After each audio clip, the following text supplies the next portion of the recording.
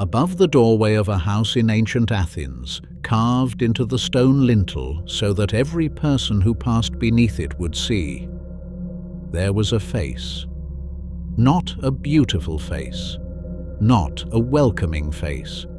The face of a woman whose hair moved like serpents frozen mid-strike, whose expression hung in the space between fury and grief, caught forever in the act of being seen. The ancient Greeks called it the Gorgonian. They placed it above doorways and city gates, stamped it onto coins, fixed it to breastplates and shields. The most terrifying face in their mythology became also the most protective. The creature whose gaze destroyed every living thing that met it became the ward against destruction itself. This is the paradox at the center of Medusa's story. A monster invoked as a guardian, a destroyer worn as armor, a woman changed into something inhuman, and then, in that very inhuman form, claimed by an entire civilization as its most powerful protection against evil. Most people believe they know this story. Perseus, the mirrored shield, the severed head. They know the monster. What they do not know is who she was before, what was done to her, what was born from her death, and what her face has been watching over from above doorways, from the walls of temples, from the night sky above us, for 3,000 years. This is the complete story of Medusa. To understand Medusa, you must first understand what she came from, and what changes when you understand it differently. In Hesiod's Theogony, written in the 8th century before the Common Era, Medusa is not a transformed woman. She is something older and stranger than that. She is a Gorgon, one of 3 sisters born at the furthest edges of the world. Daughters of the ancient sea gods Phorcys and Ceto, creatures of the deep waters and the darkness that lies beyond the boundary of the known. Her sisters are Stheno and Euryale, the mighty and the far-springer. And all 3 are terrible beyond the capacity of human language to contain. But within that terror, one distinction matters above all others. Stheno and Euryale are immortal. They cannot be killed, they cannot age. They exist at the far edge of the world, and they will exist there until the world itself is unmade. Medusa alone is mortal. In Hesiod, this is simply a fact, stated, not mourned, not explained. One Gorgon who can die among sisters who cannot. But it is a detail so asymmetrical, so quietly terrible, that it haunts every version of this story that followed. Why is one sister mortal when her siblings are not?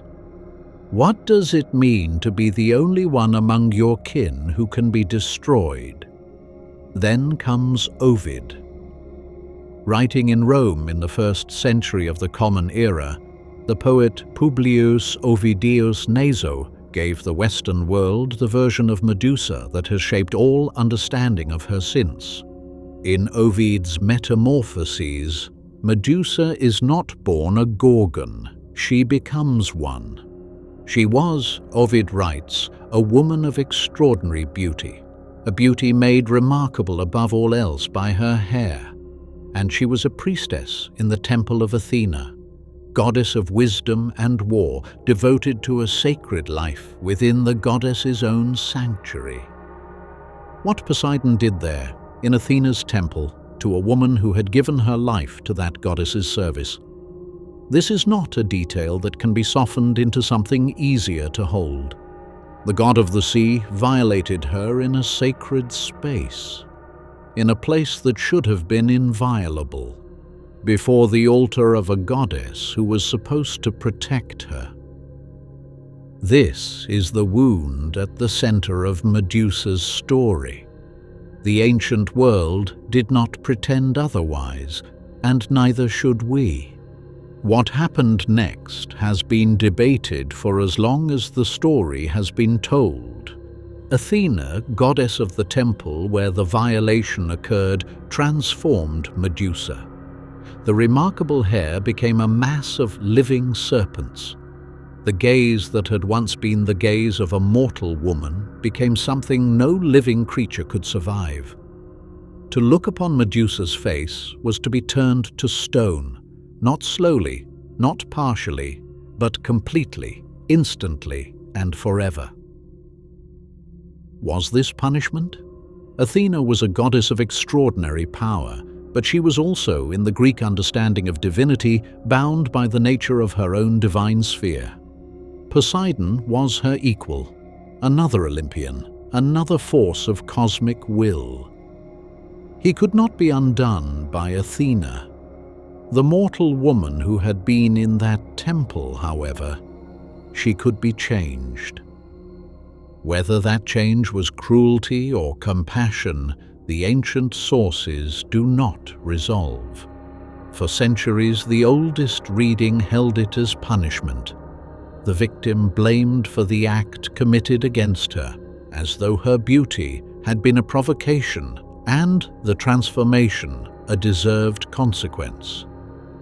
But other interpreters heard something different in the same story, that Athena, unable to reach Poseidon, gave Medusa the only armor she possessed to give, that the serpents and the petrifying gaze were not a wound, but a weapon, that the goddess turned her priestess into something that could never be touched again.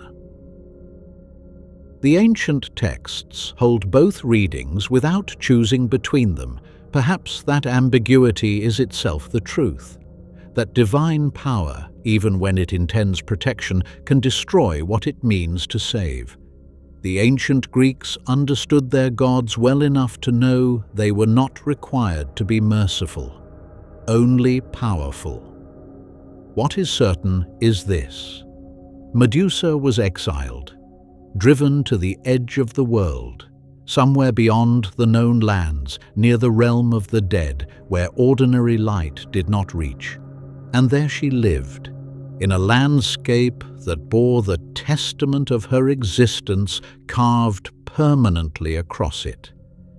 Every man who had come seeking glory, every creature that had wandered too close, every living thing that had turned in curiosity or desperation or misfortune and caught one glimpse of her face, all of them remained. Stone figures frozen in the posture of their final moment, preserved at the instant of their destruction. An entire population of the petrified surrounding her, silent and permanent, the only company a creature could keep who could share her gaze with no one. She walked among them. She had to. To reach water, to move through the only space she was permitted, she passed between their frozen forms, and each one wore permanently the expression of the last thing they had ever felt. Not surprise, not peace, terror. The face of a man who understood in the final fraction of a second before stone took him exactly what was happening and could do nothing to stop it. Every figure around her a monument to the same moment, the same knowledge, the same ending. To live in that landscape was to be surrounded always by the evidence of what you were, reflected back not in any mirror, but in every face. That is the horror of the Gorgon's lair, not the violence of it, the loneliness, surrounded by the evidence of your own monstrousness. Unable to look at any living thing without destroying it, a kingdom built entirely from suffering, hers and theirs, and no way out of it in any direction. When Perseus came, he came equipped for the task by the gods themselves. Hermes gave him the adamantine blade that could not be broken. Athena gave him a shield polished to such a brightness that its surface held the world like a mirror. The nymphs of the far north gave him the cap of Hades, the helmet of invisibility, and the winged sandals that could carry him above the earth. And there was the kibisis, the leather bag in which the severed head could be safely carried without a single glimpse of what it contained. Perseus moved through the Gorgon's lair by looking at nothing but the reflection in his shield.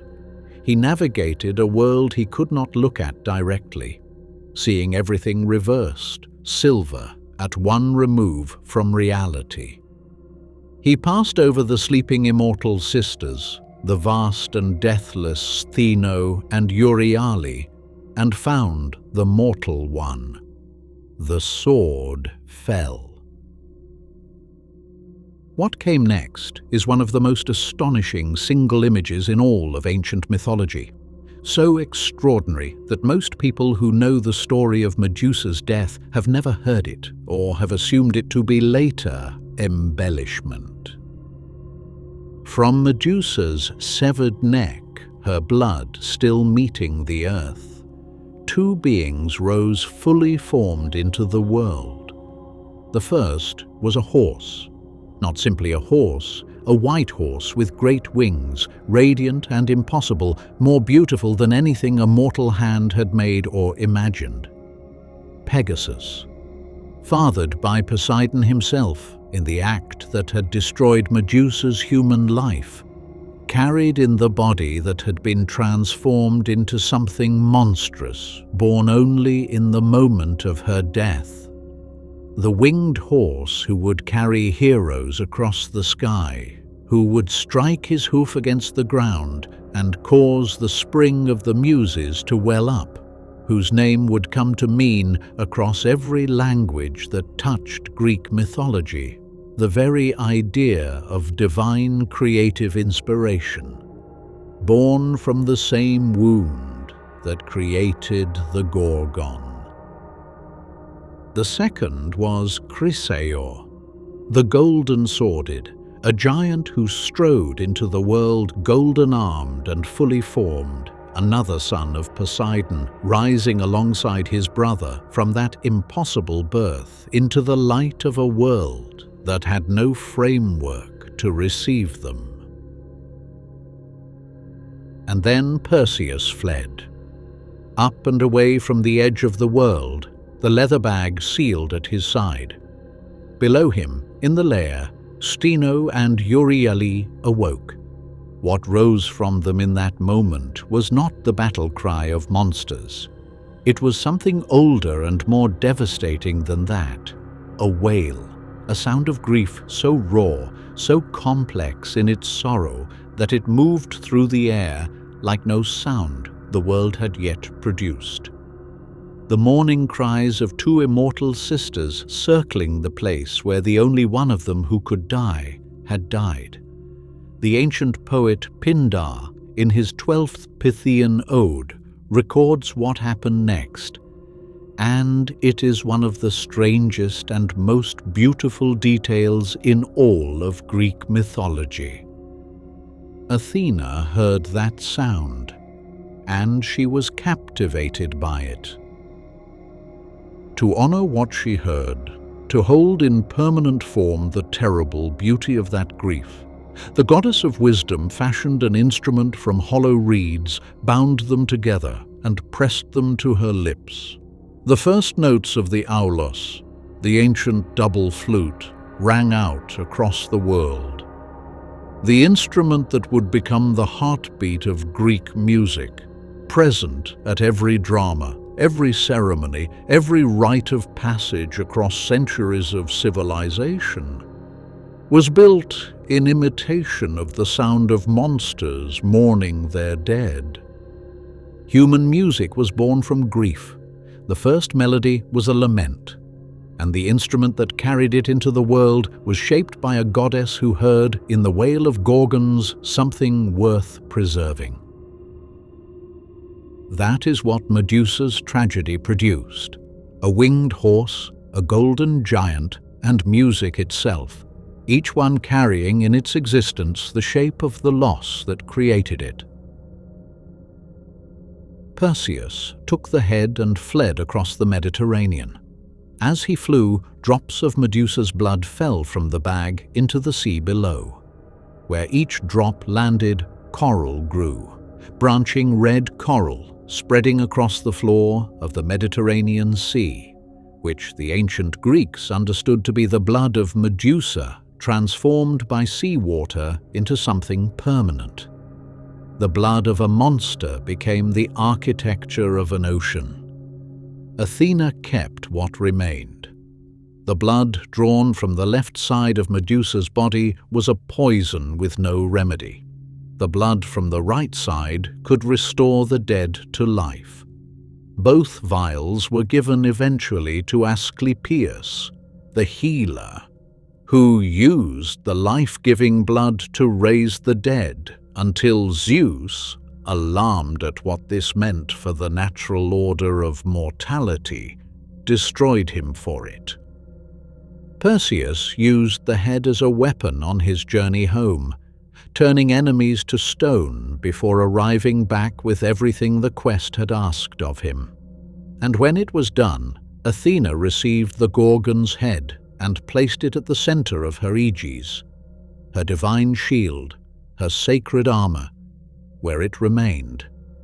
The face of a woman, the face of a monster, the face of a weapon, worn by the goddess of wisdom forever. Consider what the ancient Greeks did with the face of the creature they feared most. They put it above their doors.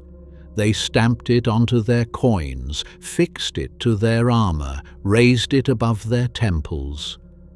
The Gorgonian, that terrible face, rendered in terracotta, bronze, marble, paint and stone, became one of the most widely reproduced images in the ancient world, appearing across centuries and civilizations wherever Greek culture spread. Not despite its monstrousness, because of it. In this, the people of Greece were following the example of their own patron goddess. Athena had placed the Gorgon's face at the center of her aegis, not at its edge, not as ornament, but at the very heart of the divine armor closest to her body. Because even a goddess understood that the most effective ward against destruction wears the face of the destroyer. When the citizens of Athens fixed the Gorgonian above their doorways, they were not imitating a superstition. They were mirroring a divine principle. What Athena wore over her heart, they placed over their homes. The monster that had failed to protect itself became, in its image, the protection of an entire civilization. The logic is stranger and more profound than simple superstition. The ancient Greeks understood that the most powerful ward against a terrible thing was the terrible thing itself, that you could not turn away the gaze of a Gorgon with anything less than the Gorgon's own gaze turned outward. Medusa, whose eyes had destroyed so many, became, in symbolic form, the destroyer of destruction. But her story does not only speak in the language of protection. It speaks in the language of what power does to vulnerability and what survives the encounter. 3,000 years after Ovid wrote her origin, Medusa remains one of the most continuously reimagined figures in Western culture. Poets, painters, sculptors, and writers across every century have returned to her. Not to the monster, but to the woman inside the myth. The figure changed against her will into something that destroyed everything she touched. Every age has found in Medusa's transformation a mirror for its own understanding of power, a violation of what is done to those who cannot defend themselves against those with greater force. The modern reclamation of Medusa as a symbol of survival, of feminine power, of the capacity to endure and be transformed rather than simply destroyed, is not a revision of the ancient story. It is a reading of it, following the logic of the myth to conclusions the ancient sources left deliberately open. The ancient texts never tell us how Medusa felt about what was done to her. They grant her no speech, no interiority, no comfort of justice, but they give her, in the extraordinary logic of mythology, something else entirely. From her death came Pegasus, whose wings became the symbol of inspiration itself. From her blood came both healing and destruction, the double power that Asclepius wielded over life and death. From her grief came music. From her face came protection for a civilization. Whether that is consolation or another kind of violence is a question the story leaves permanently open. It was left open 3,000 years ago. It remains open now. Find the constellation Perseus on a clear night, the hero placed among the stars by Zeus as a monument to his great deeds. Follow the outline of his figure and you will find, held in his outstretched hand, a star that dims and brightens in a slow and eerie rhythm, pulsing every 2 days and 21 hours in a cycle the ancient astronomers noticed, watched, and could not explain. They named it Algol, the demon star, from the Arabic Al-Ghul, the devouring one. It sits precisely where Perseus's hand would grip the severed head he carries across the sky.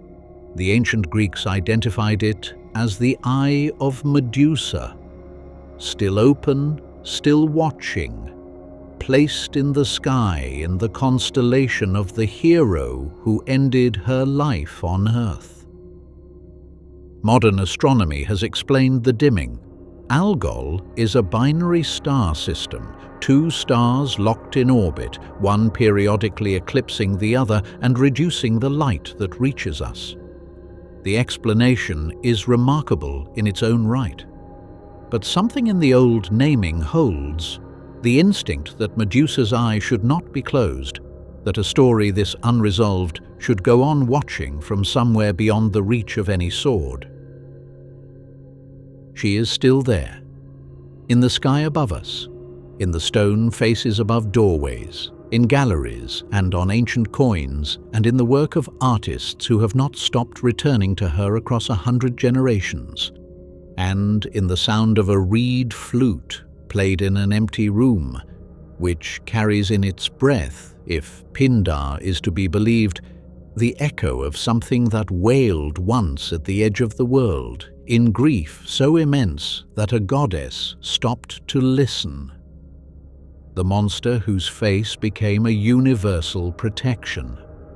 The woman who could not be looked at directly, who has been looked at in one form or another, more continuously than almost any other figure the ancient world produced. The tragedy from which came beauty, music, and the architecture of an ocean.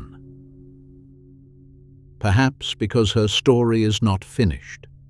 Perhaps because the questions it encodes about power and the violation of it, about transformation and what survives it, about what we become when the world acts upon us without our consent, have never been answered to anyone's satisfaction. Perhaps because the face above the doorway is not only a warning against what lies outside, perhaps it is also a reminder of what we carry within.